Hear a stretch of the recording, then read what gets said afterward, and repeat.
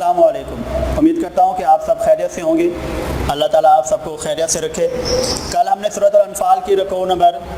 3 کی آیت نمبر 20 تا 24 پڑھی تھی۔ آج ہم آیات 25 تا 28 کو پڑھیں گے۔ سب سے پہلے ہم مشکل الفاظ کے معانی دیکھتے ہیں۔ لا تصیبن، واقع نہ ہوگا، ظلموا، گنہگار، شدید العقاب، سخت عذاب دینے والا، شدید کا معنی سخت، العقاب عذاب دینے والا۔ اذکروا امر کا صیغہ ہے، یاد کرو، قلیل تھوڑے،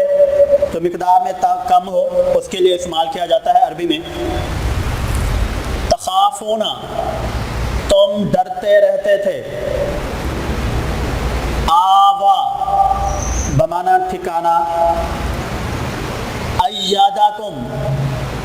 اس نے تم کو تقویت دی، ایدہ اس نے تقویت دی، کم تمہیں، رزقکم تم کو کھانے کو دیا، الطیبات پاکیزہ چیزیں، تشکرون تم شکر ادا کرو، لا تخونوا نہ تم خیانت کرو، اماناتکم تمہاری امانتیں، تعلمون تم جانتے ہو، وَاعْلَمُوا اور جان رکھو، عالمہ سے ہے علم جاننا، اموالکم تمہارا مال، وَأَوْلَادُكُمْ عربی میں جب واو استعمال ہوتا ہے تو اس کا معنی ہوتا ہے اور، قسم کے لیے بھی استعمال ہوتا ہے، لیکن یہاں واو جو ہے اور کے معنی میں استعمال ہوا ہے، وَأَوْلَادُكُمْ اور تمہاری اولاد، فتنۃ آزمائش ہے، فتنہ ہے، اجر ثواب کو کہتے ہیں، نیکی کو کہتے ہیں، عظیم بڑا۔ ہم آیات کا ترجمہ کرتے ہیں۔ سب سے پہلے ہم لفظی ترجمہ کریں گے اور اس کے بعد با محاورہ ترجمہ کریں گے۔ واتقوا اور تم ڈرو، فتنۃ فتنہ، لا تصیبن واقع نہ ہوگا، الذین جو لوگ ظلموا ظالم ہیں، گنہگار ہیں، منکم تم میں سے،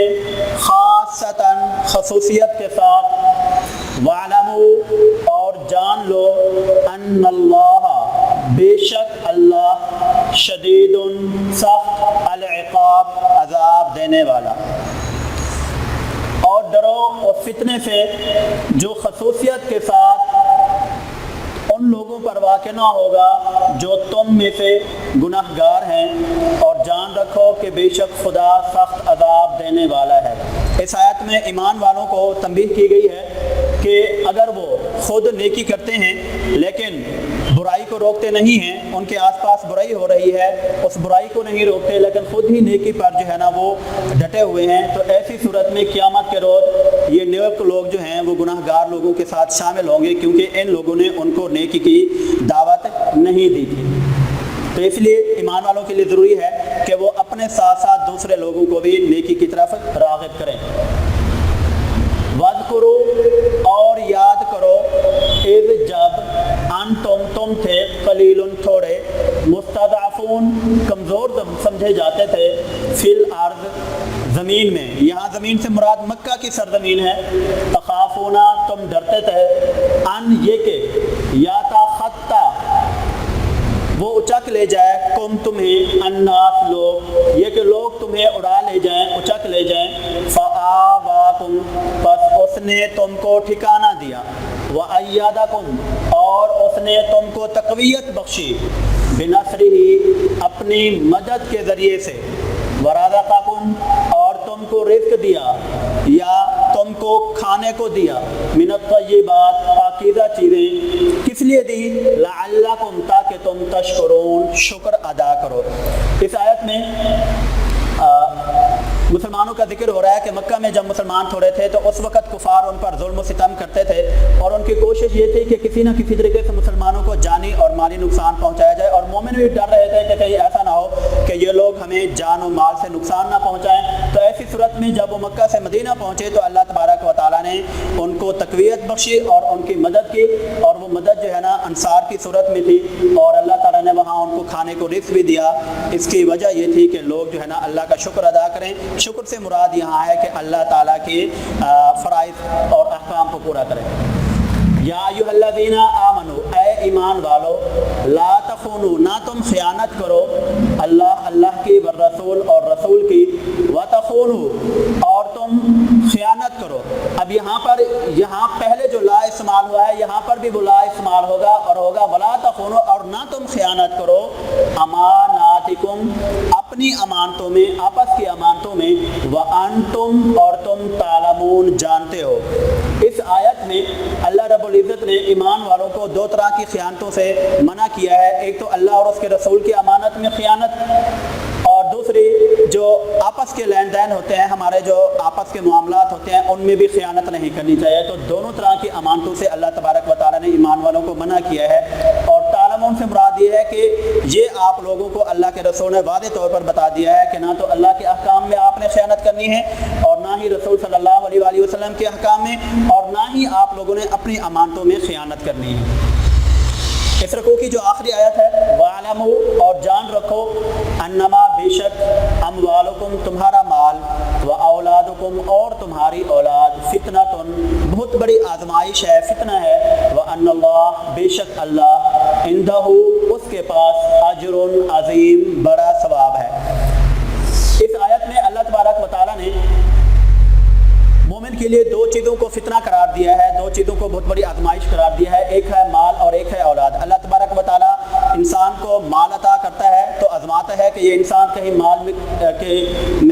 تکبر تو نہیں کرتا، غرور تو نہیں کرتا، کہیں میری نافرمانی تو نہیں کرتا، اور اولاد اللہ تبارک و تعالیٰ دیتا ہے تو اس میں بھی آزمائش ہوتی ہے کہ کہیں یہ اپنی اولاد کی محبت میں میرے احکام اور فرائض میں کوتاہی تو نہیں کرتا۔ اگر یہ دونوں چیزیں رکھتے ہوئے انسان اللہ تعالیٰ کے احکام کو بھی صحیح طریقے سے ادا کرتا ہے تو ایسی صورت میں اللہ تبارک و تعالیٰ کے پاس ان لوگوں کے لیے بہت بڑا ثواب ہوگا۔ اب ہم چلتے ہیں مشق سوالات کی طرف۔ دو سوال ہیں مشق کے اندر،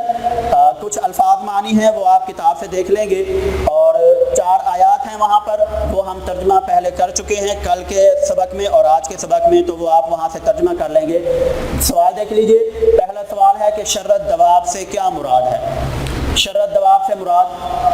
بدترین قسم کے جانور، یہاں بدترین قسم کے جانور سے مراد کافر ہیں۔ یہ کافر جو حق بات کو سننے سے بہرے ہیں اور حق بات کہنے سے گنگے بھی ہیں اور کچھ سمجھ نہیں رکھتے۔ یہ ہم رکوع کی دوسری آیات میں جو ہے نا یہ چیز ہم پڑھ چکے ہیں کہ کافر لوگ جو ہے نا ان کے اندر اللہ تبارک و تعالیٰ نے یہ صلاحیت نہیں رکھی، اس لیے کہ ان کے اندر حق کی طلب نہیں ہے۔ جب حق کی طلب نہ ہو تو پھر اللہ تبارک و تعالیٰ ان کے کانوں پر اور ان کی زبانوں پر مہرے لگا دیتے ہیں۔ دوسرا جو سوال ہے کہ خیانت سے کیا مراد ہے، تو اوپر ہم ذکر کر چکے ہیں کہ سورۃ الانفال کے رکوع کے نمبر 3 کی جو آخری آیت ہے اس کے اندر سیکنڈ لاسٹ آیت، تو اس کے اندر 2 طرح کی خیانتوں کا ذکر کیا گیا ہے، ایک اللہ اور اس کے رسول کی امانت میں خیانت ہے اور دوسری آپس کی امانتوں میں خیانت کرنا ہے۔ تو اللہ تبارک و تعالیٰ نے سورۃ الانفال میں ان دونوں امانتوں میں خیانت کرنے سے منع فرمایا ہے اور ایمان والوں کو حکم دیا ہے کہ وہ اللہ اور اس کے رسول کے احکام کو پورے طریقے سے ادا کریں اور لوگوں تک بھی ہو بہو پہنچائیں جیسے اللہ کے رسول نے جو ہے نا لوگوں تک پیغام پہنچایا ہے، اس میں کمی کوتاہی نہیں ہونی چاہیے، تو تب جو ہے نا ہم امانت میں خیانت کرنے سے بچ پائیں گے۔ اور آپس کی جو مانتے ہوتی ہیں، یعنی ہمارے جو آپس کے لین دین ہوتے ہیں، اس میں معاشرتی جو تعلقات ہیں اس کے اندر بھی ہمیں اپنی امانتوں میں خیانت نہیں کرنی چاہیے۔ امید ہے کہ آج کا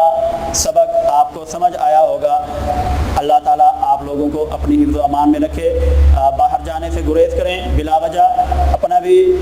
حفاظت کریں اور اپنے گھر والوں کی بھی حفاظت کریں۔ اللہ حافظ۔